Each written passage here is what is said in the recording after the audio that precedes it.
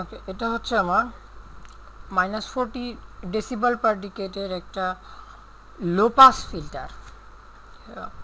এটা হুবহু ল্যাব শিটের 34 নাম্বার পেজের সার্কিটের মতো, এবং এই সার্কিটটা ডিজাইন করা হয়েছে কাট অফ ফ্রিকোয়েন্সি 1 কিলো হার্জের জন্য। আর এই কাট অফ ফ্রিকোয়েন্সির ফর্মুলাটা হচ্ছে এই for this circuit, because R1 is this R1 and R2 is this R1 and C1 is this C1.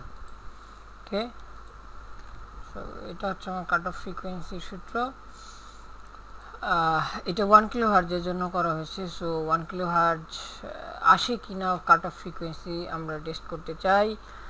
So new simulation প্রোফাইলে গেলাম, একটা প্রোফাইল খুললাম। আমি যেহেতু এখানে ফ্রিকোয়েন্সি চেঞ্জের সাপেক্ষে আমার আউটপুট ভোল্টেজটা কীরকম চেঞ্জ হয় সেটা দেখতে চাই, এজন্য আমি নয়েজ অ্যানালাইসিস অর্থাৎ এসি অ্যানালাইসিস করব। আমি টাইমের সাপেক্ষে কিছু দেখতে চাই না, সো টাইম ডোমেন অ্যানালাইসিস করব না, বা ডিসি ভোল্টেজও দেখতে চাই না। সো নয়েজ অ্যানালাইসিস করব, এবং এটা অবশ্যই লোগারিদমিক হবে, কারণ আমি প্রতি ডিকেটের চেঞ্জটা দেখতে চাই, অর্থাৎ আমি আউটপুটটা ডেসিবেলে দেখতে চাই। তো এটা করার জন্য আমি স্টার্ট ফ্রিকোয়েন্সি সেট করতে হবে। স্টার্ট ফ্রিকোয়েন্সি আমি দিলাম 1 হার্জ, এবং আমি 1 হার্জ থেকে 1 মেগা হার্জ পর্যন্ত দেখতে চাই। সো 1 মেগা হার্জ সিলেক্ট করলাম, এবং পয়েন্ট পার ডিকেটস অর্থাৎ প্রত্যেক ডিকেটসে কত পয়েন্ট চেঞ্জ হবে সেটার জন্য আমি দিলাম 1000। Start frequency 1, end frequency 1 mega, point per decade 1000। Apply, okay, run. আমি যেহেতু ডেসিবেলে দেখতে চাই এটার আউটপুট 6 নাম্বার পিনের আউটপুট, মানে U1 এর আউটপুট। সো আমি সরাসরি কোনো মার্কার বসাবো না, আমি জাস্ট সিমুলেশন স্কিমেটিক সিমুলেশনে এসে পিসপাইসে এসে ট্রেস করব। So add trace, then from function for macros, এখানে ডান পাশে ফাংশনগুলো থেকে আমি সিলেক্ট করব ডিবি ফর ডেসিবেল। আমি দেখতে চাই ভোল্টেজ অফ U1 আউট, এবং এটা। সো এটা হচ্ছে আমার লো পাস ফিল্টারের ক্যারেক্টারিস্টিক্স কার্ভ, আমরা সবাই জানি। এখন এটা 1 কিলো হার্জে আমার কাট অফ ফ্রিকোয়েন্সি হয়েছে কিনা এর জন্য কী করতে হবে, আমরা জানি যে -3 ডেসিবেল ট্রেস করতে হবে। সো -3 ডেসিবেল ট্রেস করতে চাই, -3 ডেসিবেল, কারণ ম্যাক্সিমাম ভ্যালু থেকে -3 ডেসিবেলে এই ক্যারেক্টারিস্টিক্স অর্থাৎ আমার এই ফিল্টার ক্যারেক্টারিস্টিক্স রেসপন্স কার্ভটা যেখানে সেট করে ওইটা হচ্ছে আমার কাট অফ ফ্রিকোয়েন্সি, এবং we can see here cut off frequency is 1 kilo hertz. Okay, so circuit ঠিক আছে। তাহলে ফার্স্টে আমাকে কী করতে হবে, সার্কিটটা কনস্ট্রাক্ট করতে হবে, দেন সিমুলেশন প্রোফাইলে যেতে হবে। সিমুলেশন প্রোফাইলে গিয়ে আমি এসি সুইপ সিলেক্ট করব। এসি সুইপে সুইপ টাইপ লগারিদমিক রাখবো। স্টার্ট ফ্রিকোয়েন্সি 1 হার্জ থেকে end frequency 1 mega hertz, point per decade 1000, then okay, then run.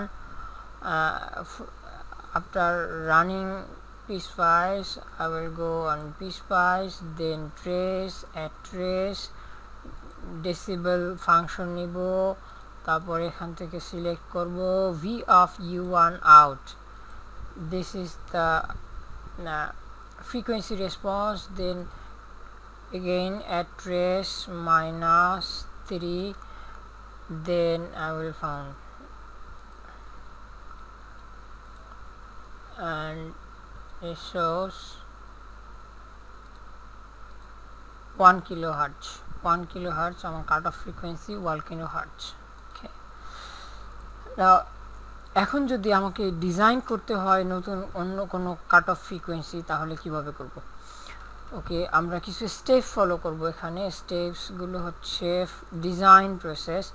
So design প্রসেসে ফার্স্টে আমরা কি করব, choose a cut off frequency, একটা কাট অফ ফ্রিকোয়েন্সি চুজ করব, দেন C1 এর একটা ভ্যালু চুজ করব, আর C2 কে ডাবল করে দিব, অর্থাৎ C2 equal to 2 into C1. Then by this formula we will calculate R1 and R2. The R1 and R2 will be same value, এবং আমরা এই ইকুয়েশন থেকে R1 এবং R2 এর ভ্যালু ক্যালকুলেট করব। দেন R3 should be 2R, অর্থাৎ R1 অথবা R2 এর যে ভ্যালু আছে R3 এর ভ্যালু তার দ্বিগুণ করে দিব। Okay, let's start with an example. First, choose a cutoff frequency. আমি cutoff frequency set করতেছি 25 kilohertz. Cutoff frequency 25 kilohertz choose করলাম। This is my step number 1. Then step number 2, choose a value of C1. Okay, আমি C1 এর value choose করতেছি, C1 এর value choose করতেছি 0.02 microfarad. ইচ্ছে মতো একটা চুজ করলে হবে, 100 পিকোফ্যারাড থেকে 0.001 মাইক্রোফ্যারাডের মধ্যে যে কোনো একটা চুজ করলেই হবে। আর 3 নম্বরে আমার 3 নম্বর স্টেপ হচ্ছে make C2. So in our case C2 should be equal to 0.04 microfarad, double of C1. Step number 4, calculate করতে হবে, তো ক্যালকুলেট করে ফেলি। 0.707 divided by 2 into 3.1416 into C1. C1 হচ্ছে 0.02 into 10 to the power minus 6 and 25 kilohertz. যদি calculate করি তাহলে R1 এবং R2 এর ভ্যালু আসে 225.0446 ohm. Okay, now step number 5 is R3. R3 should be double of R1, and this is 450.0891266.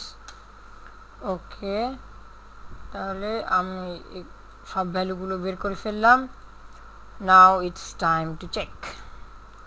First C1 এর value আমি করে দিব 0.02 মাইক্রোফ্যারাড, C2 এর ভ্যালু করে দিব 0.04 মাইক্রোফ্যারাড।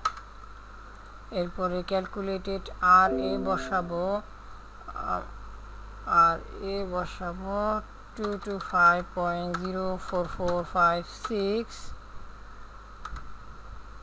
R1 বসাবো একই 225.04456,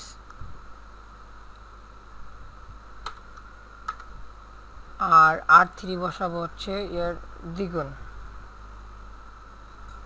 R1 এর দ্বিগুণ, সো সেটা হবে 450.0891266।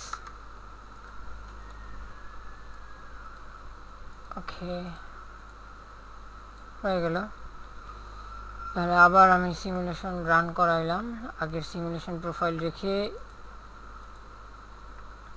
ট্রেসে যাব, ট্রেস করব decibel of V of U1 আগের মতোই করলাম। এটা হচ্ছে আমার ফ্রিকোয়েন্সি রেসপন্স, এটা একটা লো পাস ফিল্টার দেখা যাচ্ছে। আমি আবার -3 ডিকেটসে অর্থাৎ -3 ডেসিবেলে ট্রেস করব। ওকে, নাও এবার চেক করি যে আসলে আমার এটা -3 তে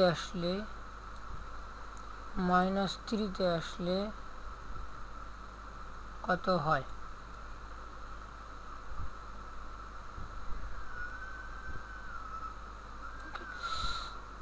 দেখা যাচ্ছে 25.061, অ্যান্ড আমরা আমাদের ডিজাইনিংয়ে চুজ করেছিলাম 25 কিলোহার্টজ, তো এই কিছুটা বেশি এসেছে 25.06 kilowatt, but it's negligible. So আমরা দেখলাম যে 25 কিলোহার্টজের একটা কাট অফ ফ্রিকোয়েন্সির একটা লো পাস ফিল্টার আমরা ডিজাইন করতে পারছি ফ্রম আমাদের কিছু ডিজাইনিং স্টেপগুলো হচ্ছে choose cut off frequency first, then choose the value of C1 from this, make C2 by this, calculate C2 by 0.707 divided by 2 by C1 FC, and make R3 equal to double of R1 or R2. So if first step আমরা follow করে low pass filter design করতে পারি -40 decibel পার decade. ওকে,